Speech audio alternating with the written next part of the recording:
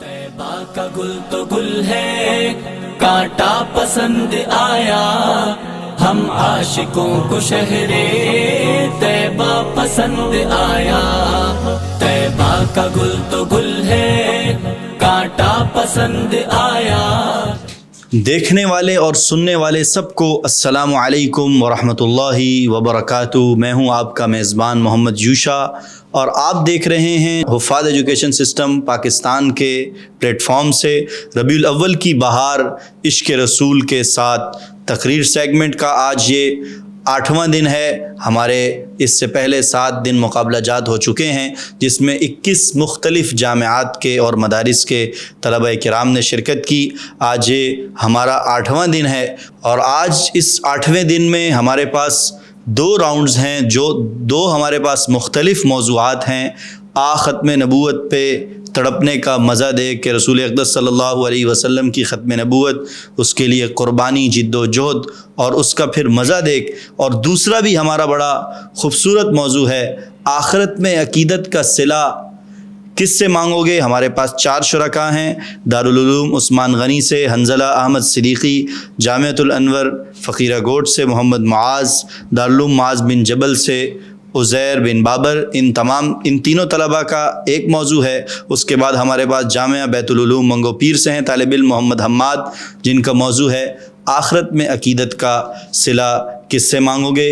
دونوں معزز منصفین حضرات ہمارے درمیان موجود ہیں۔ حفاظ ایجوکیشن سسٹم ایک دفعہ آپ کا پھر شکریہ ادا کرتا ہے کہ آپ پہلے دن سے اس گھڑی تک ہمارے ساتھ شامل ہیں اور طلبہ کرام کی آپ ایک ایک چیز کو پرکھ رہے ہیں۔ یقیناً یہ آپ کی قربانی، یہ آپ کی محنت، یہ خلوص، یہ طلبہ کرام جب آگے مختلف پلیٹ فارموں پر اپنے آپ کو، اپنے مدارس کو ان کی نمائندگی کریں گے، اس میں یقیناً آپ حضرات کا حصہ بھی شامل ہوگا۔ ہمارے پہلے مقرر دارالعلوم عثمان غنی سے حنظلہ احمد صدیقی، جن کی تقریر کا موضوع ہے ختم نبوت پہ تڑپنے کا مزہ دیکھ۔ آپ کی تقریر کا دورانیہ 2.5 سے 3 منٹ ہے۔ حنظلہ احمد صدیقی، آپ کی تقریر کا وقت شروع ہوتا ہے اب۔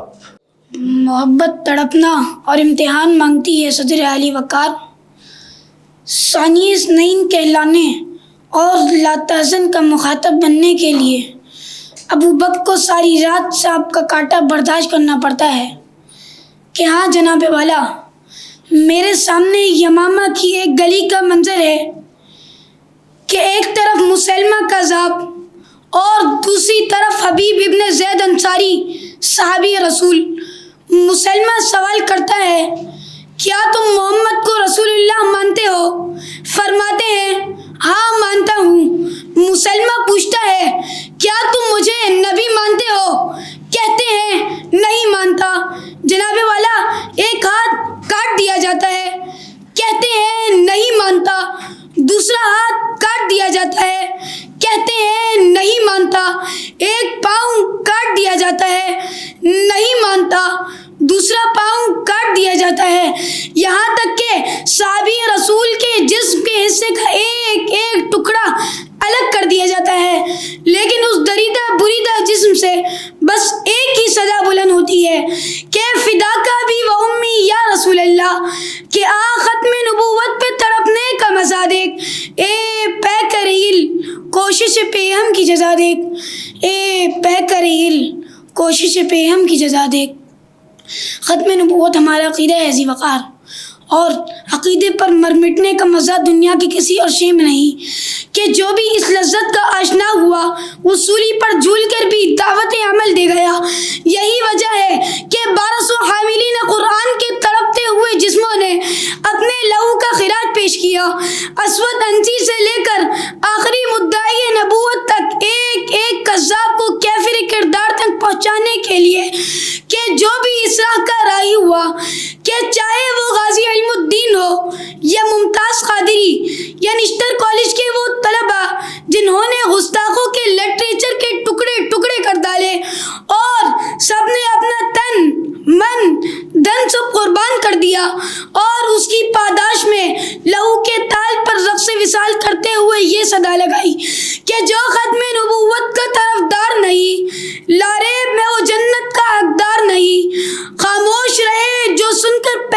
کی توہین، بے شرم ہے، بزدل ہے، وفادار نہیں، وما علینا الا البلاغ۔ بہت خوب حنظلہ احمد صدیقی۔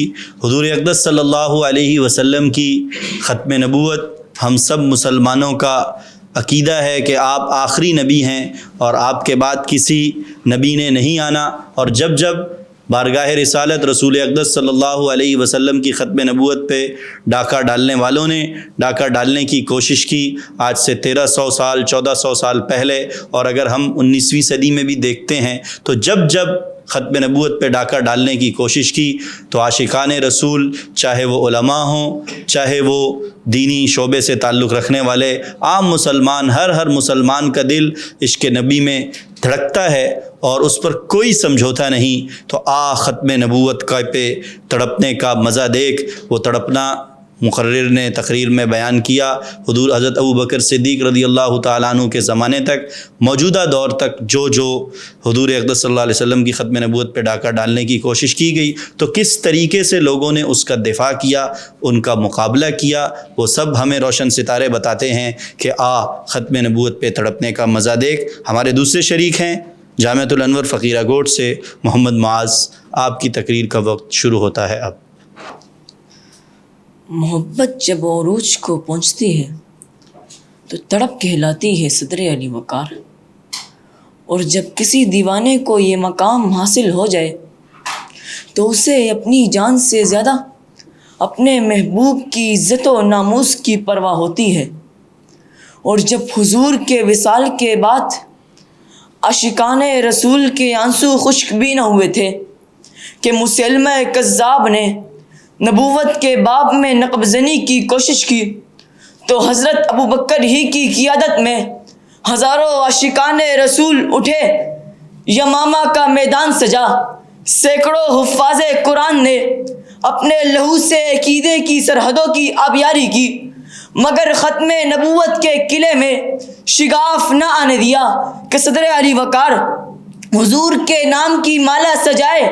یہ عشاق اپنے لہو سے قیامت تک آنے والی امت کے نام یہ عہد لکھ رہے تھے کہ محمد کی ختم نبوت پر پہرا دینا صرف عقیدہ نہیں بلکہ عشق رسول کا تقاضا ہے کہ ختم نبوت پہ تڑپنے کا مزہ دیکھ، اے پے کرے گل کوشش پہ ہم کی جزا دیکھ، اے پے کرے گل کوشش پہ ہم کی جزا دیکھ۔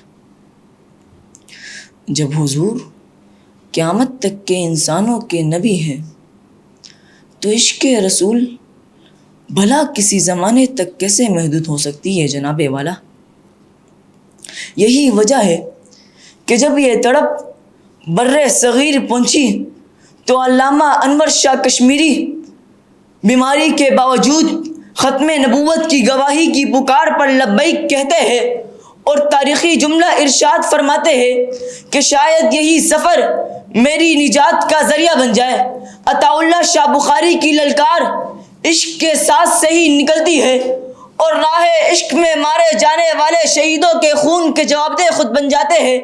1953 میں بے شمار عاشقان رسول اپنی جانوں کے نذرانے پیش کرتے ہیں، اور علامہ یوسف لدھیانوی کی علمی و دعوتی زندگی ختم نبوت کے دفاع میں ہی صرف ہوتی ہے، اور 1974 کا سورج دہائیوں کی تڑپ، قربانی، استقامت اور وفا کے تمغے سجائے ایک تاریخ ساز فیصلے کی نوید دیتا ہے، اور دیوانے یہ پکار اٹھتے ہیں کہ ختم نبوت پہ تڑپنے کا مزہ دیکھ، ختم نبوت پہ تڑپنے کا مزہ دیکھ۔ شکریہ۔ بہت خوب، یہ تھے محمد معاذ جامعۃ الانور فقیرہ گوٹ سے، جو خوبصورت انداز سے دلائل کی روشنی میں، واقعات کی روشنی پہ ختم نبوت پہ تڑپنے کا مزہ دیکھ اس پر گفتگو کر رہے تھے۔ آخری کانٹیسٹ اس مقابلے کے، جن کی تقریر کا موضوع ہے آخری شریک اس مقابلے کے، دارالعلوم معاذ بن جبل سے عزیر بن بابر، آپ کی تقریر کا وقت شروع ہوتا ہے اب۔ تڑپ صرف آنکھ سے ٹپکنے والے آنسو کا نام نہیں صدر علی وقار، بلکہ اس بے چینی کا نام ہے جو انسان کو اپنے آرام سے اٹھا کر اپنے عقیدے کی حفاظت کے لیے باطل کے سامنے کھڑا کر دے، اور یہی تڑپ جب عقیدہ ختم نبوت کے عظیم عقیدے کے لیے دلوں میں پیدا ہو جائے تو نبی کے جانشین صدیق اکبر رضی اللہ عنہ مسیلمہ کذاب کی سرکوبی کے لیے اس کے خلاف لشکر کشی کا اعلان کرتے ہیں۔ یہی تڑپ حضرت ثابت بن قیس اور زید بن خطاب سمیت بہت سے جلیل القدر صحابہ کرام کو حضور کی ناموس کے لیے اپنی گردنیں پیش کروا دیتی ہے۔ یہی تڑپ ہے جس کا مزہ پانے کے واسطے صحابہ کرام اسود عنسی کو جہنم کے داروغے کی طرف بھیج دیتے ہیں۔ پھر 1953 کے شہداء کا خون ہو یا ربوہ اسٹیشن پر کیے گئے مظالم، نبی کی ختم نبوت کے لیے قربان کی گئی ہر جان، ہر ایک خون کا قطرہ، ہر لگایا گیا زخم، ہر شہید اور ہر غازی برملا اظہار کرتے ہیں۔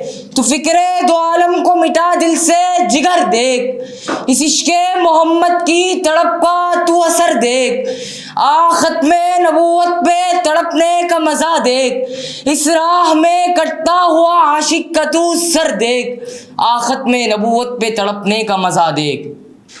صدر علی وقار، اگر محمد عربی آخری نبی نہ ہوتے تو آج اسلام بھی آخری اسلام نہ ہوتا، اور یہی ایک جملہ ہے جس نے 14 صدیوں سے امت مسلمہ کو ایک لڑی میں پرو رکھا ہے۔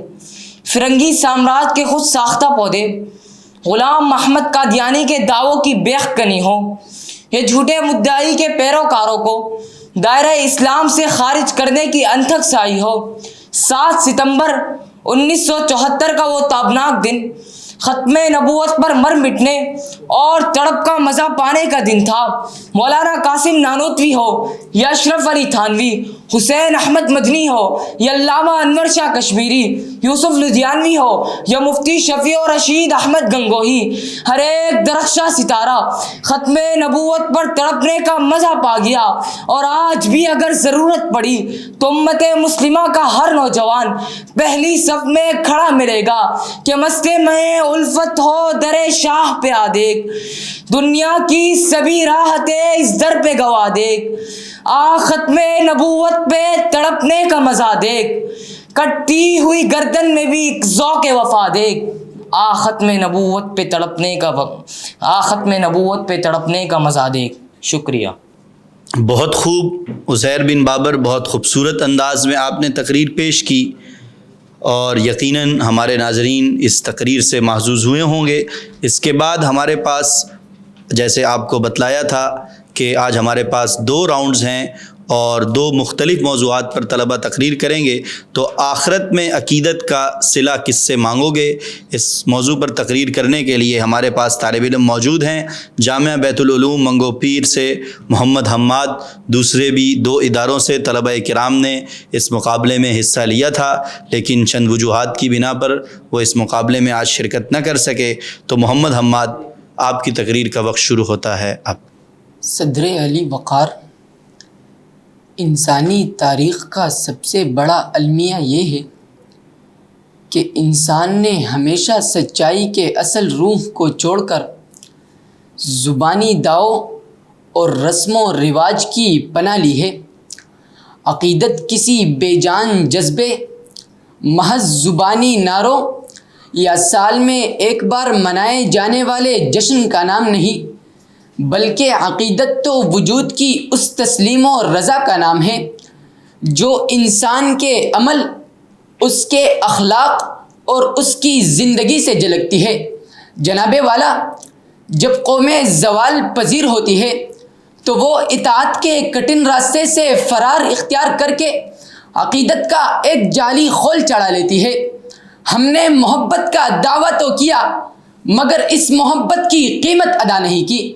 ہم نے عقیدت کے قصیدے تو پڑھے مگر جب زندگی کے میدان میں حق کے لیے کڑے ہونے، ظلم کے خلاف بولنے اور کردار کو پاکیزہ بنانے کا وقت آیا تو ہم نے مصلحتوں کے تاریک غاروں میں پناہ لے لی۔ صدر علی وقار، تاریخ اور منطق کا یہ اٹل قانون ہے کہ جزا اور صلہ دعویٰ پر نہیں بلکہ وفا پر ملتا ہے، اور جب وفاداری کا وجود ہی نہ ہو تو عقیدت کا ہر دعویٰ ایک سراب اور خود فریبی بن کر رہ جاتا ہے۔ جناب صدر، ذرا تصور کے چشمے بینا سے اس ہولناک روز جزا کی منظر کشی کی جائے، جب زمین تانبے کی طرح دہک رہی ہوگی، سورج آگ برسا رہا ہوگا، دنیاوی منصب، مال و دولت اور نام و نہاد سہارے راک بن کر اڑ چکے ہوں گے، اور ہر انسان اپنے اعمال کے دفتر کے ساتھ عرش الہی کے سامنے بے یار و مددگار کھڑا ہوگا، تو اس گھڑی جب عدل الہی کا ترازو قائم ہوگا تو وہاں الفاظ کی جادوگری چلے گی، ناربانی عقیدتوں کا دکھاوا، وہاں نامہ اعمال کھولا جائے گا، اور جب اس دفتر میں نفاق، سودے بازی اور اطاعت سے فرار لکھا ہوگا تو غیب سے ایک دل دہلانے والی آواز گونجے گی کہ اے دنیا میں اپنے نفس، باطل کے نظام اور مادی خداؤں کی بندگی کرنے والوں، کہ جب زندگی ان کے طریقے پر گزاری، کہ جب سجدے دنیا کو کیے، کہ جب عمل کی بنیاد پر وفاداری کسی اور سے نبھائی، تو آج اس ہولناک عدالت میں کس منہ سے کھڑے ہو؟ جب تمہارے پاس اطاعت کا کوئی بھی ثبوت نہیں تو بولے آخرت میں عقیدت کا صلہ کس سے مانگو گے؟ کہ عشق قاتل سے بھی، مقتول سے ہمدردی بھی، یہ بتا کس سے محبت کی جزا مانگے گا؟ سجدہ خالق کو بھی، ابلیس سے یارانہ بھی، آخرت میں کس سے عقیدت کا صلہ مانگے گا؟ آخرت میں کس سے عقیدت کا صلہ مانگے گا؟ آپ کی سماعت کا شکریہ۔ بہت خوب، چاروں مقررین کی تقاریر ہمارے ناظرین سن چکے ہوں گے، اور یقیناً آپ ربیع الاول کی بہار عشق رسول کے ساتھ ننھے منھے ان مقررین کی تقاریر سے لطف اندوز ہو رہے ہوں گے، محظوظ ہو رہے ہوں گے۔ ربیع الاول کا مبارک مہینہ ہے، حضور اقدس صلی اللہ علیہ وسلم کی سیرت کو کہ مختلف پہلوؤں کو، مختلف موضوعات پر یہ چھوٹے چھوٹے طلبہ کرام یہاں بہترین انداز میں آ کر ڈلیور کر رہے ہیں۔ ہم اب اپنے آج کے دونوں معزز منصفین حضرات کی طرف بڑھیں گے، مولانا خزیمہ قاسم صاحب اور مولانا سلامت علی عباسی صاحب۔ یہ بڑا ایک مشکل وقت ہوتا ہے، مشکل مرحلہ ہوتا ہے کہ طلبہ کرام مختلف اداروں سے بھرپور تیاری کر کے آئے ہیں، اور آج ہم نے دیکھا کہ مجھے تو ایسا لگ رہا ہے، میری رائے ہے کہ مقابلہ ایک سخت صورتحال کی طرف داخل ہو چکا ہے۔ بہرحال معزز منصفین حضرات، ان کی رائے، منصفین کا فیصلہ حتمی ہوگا، ہم اس کی طرف بڑھیں گے۔ برادرم مولانا خزیمہ قاسم صاحب۔ بہت شکریہ۔ اچھا، آج کے مقابلے کے حوالے سے بات کریں تو ماشاءاللہ کافی اچھا اور کافی ٹکر کا مقابلہ رہا۔ ہم فیصلہ نہیں کر پا رہے تھے کہ کس بنیاد پر، دو مقررین کے درمیان ہم کافی پھنس گئے تھے، تو بس کوئی نہ کوئی ایک ایسا نقطہ ہم تلاش کر رہے تھے کہ جس کی بنیاد پر کسی ایک کو بھیجا جائے اور کسی ایک کو روکا جائے۔ خیر، فیصلہ تو انشاءاللہ سنا دیا جائے گا۔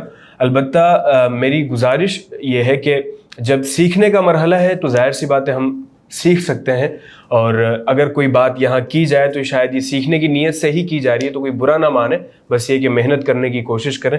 جب ہم لوگ یہاں پر سارے ہی ایک خاص ادارے سے منسلک ہیں سارے، تو اس وقت جب آپ کوئی تقریر اسٹیج پر آ کر رہے ہیں تو عام طور پہ یہ ہوتا ہے کہ 40 لوگوں نے ہم میں سے وہ تقریر سنی ہوتی ہے، اور اگر کوئی ایک ایسی تقریر ہو جو بہت عرصے سے ہم لوگ سنتے آ رہے ہیں، وہ جب آپ مقابلے میں اگر تقریر کرتے ہیں تو پھر وہ چیز تھوڑی سی عجیب سی لگتی ہے کہ ہم کئی مرتبہ سن چکے ہیں، دوبارہ وہی۔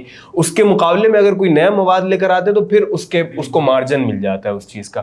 تو کوشش کیا کریں کہ جب اپنے بچے کو اتنی محنت کر کے آپ مقابلے میں بھیج ہی رہے ہیں تو نئی تقریر لکھ لینے میں کیا ہی جاتا ہے۔ سیکھنے کا مرحلہ ہے، جہاں وہ انداز سیکھ لے گا وہیں پر وہ کنٹینٹ لکھنا بھی سیکھ جائے گا۔ بالکل، اس میں ایک طور پر طالب علم کی بھی مشق ہے تو لکھنے والوں کی بھی مشق ہے، تو بس اس چیز کا خیال رکھیں۔ باقی ماشاءاللہ مقابلہ بہت اچھا۔ اچھا خزیمہ بھائی، ایک چیز میں نے نوٹ کی کہ ہمارا پہلے دن سے مقابلوں کا سلسلہ جاری ہے، 3 مختلف راؤنڈز میں بھی آپ کے ساتھ شریک ہوں۔ تلفظ کے حوالے سے آپ طلبہ کرام کو اور ان کے مدربین کو کیا کہنا چاہیں گے کہ تلفظ میں کچھ کمی کوتاہی دیکھی گئی، اس کو بہتر کیا جائے، 100% کیا جائے، اس کے حوالے سے کیا کوشش اور کیا صحیح کی جا سکتی؟ اچھا، اس میں نا عام طور پہ جب ہم لوگ یونیورسٹیز وغیرہ میں یا باہر کے مقابلوں میں جاتے ہیں تو وہ ہم سے یہ ہمیشہ امید رکھتے ہیں کہ ہمارے تلفظ ہمیشہ اچھے ہوں گے، وہ کہتے ہیں یار آپ تو ہمیشہ عربی پڑھتے ہیں, اردو آپ لوگوں کی بہت اچھی ہوتی ہے, تو تلفظ بھی آپ کے اچھے ہونے چاہیے. ہمارے تلفظ, مدارس کے طلباء کے تلفظ عام طور پہ ٹھیک ہی ہوتے ہیں.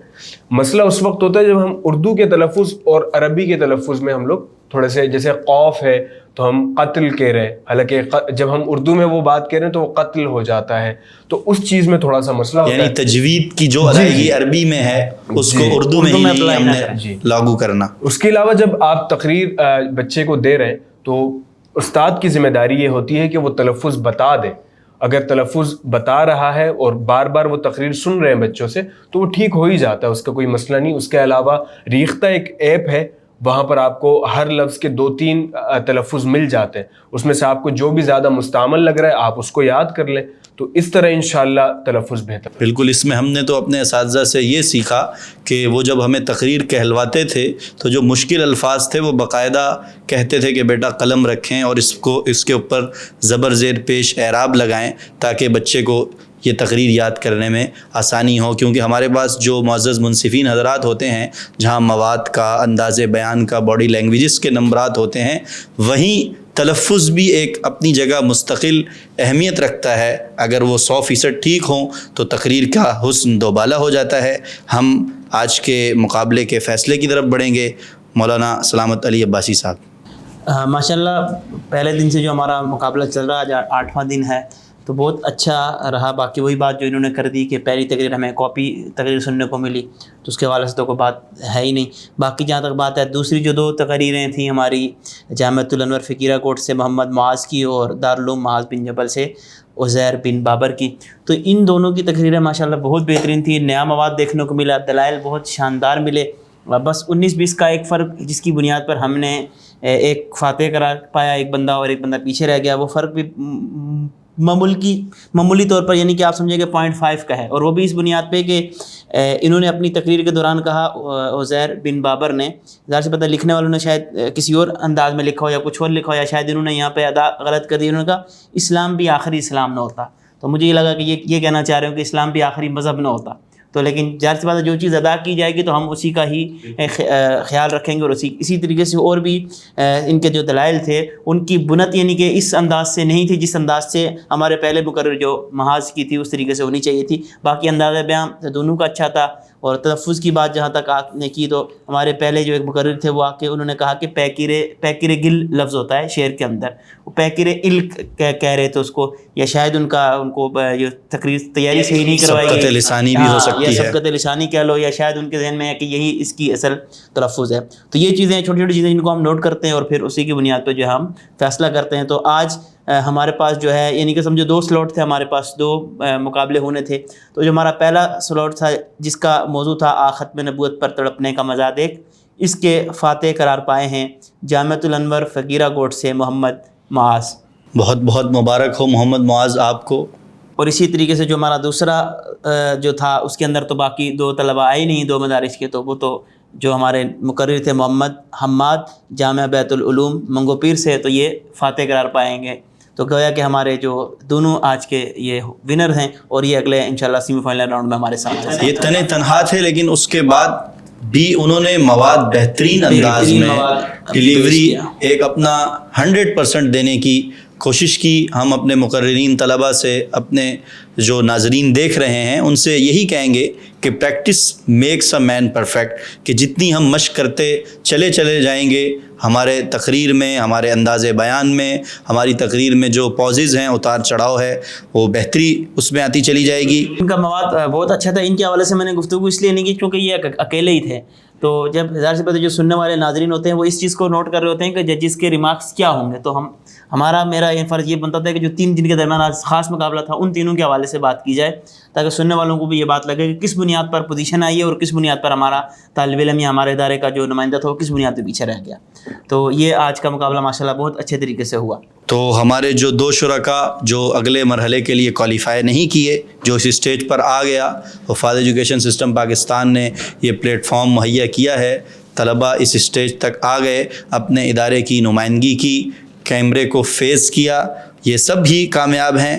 اور ان کے لیے وفاد ایجوکیشن سسٹم پاکستان کی طرف سے, ربیع الاول سیگمنٹ کی طرف سے ایک اعزازی سند ہیں وہ ہمارے معزز منصفین مولانا سلامت علی عباسی صاحب اور برادرم مولانا خزیمہ قاسم صاحب سے وصول فرمائیں گے۔ طیبہ کا گل تو گل ہے، کانٹا پسند آیا، اس خاک پاک کا ہر ذرہ پسند آیا۔ دیکھتے رہیے اور جڑیے رہیے حفاظ ایجوکیشن سسٹم پاکستان کے ساتھ۔ ربیع الاول کی بہار عشق رسول کے ساتھ کا یہ ہمارا آج 8واں مرحلہ اختتام کو پہنچا۔ ملتے ہیں اگلے نیکسٹ ایپیسوڈ میں، اس وقت کے لیے اجازت دیجیے اپنے میزبان محمد یوشا کو۔ طیبہ کا گل تو گل ہے، کانٹا پسند آیا، ہم عاشقوں کو شہر طیبہ پسند آیا۔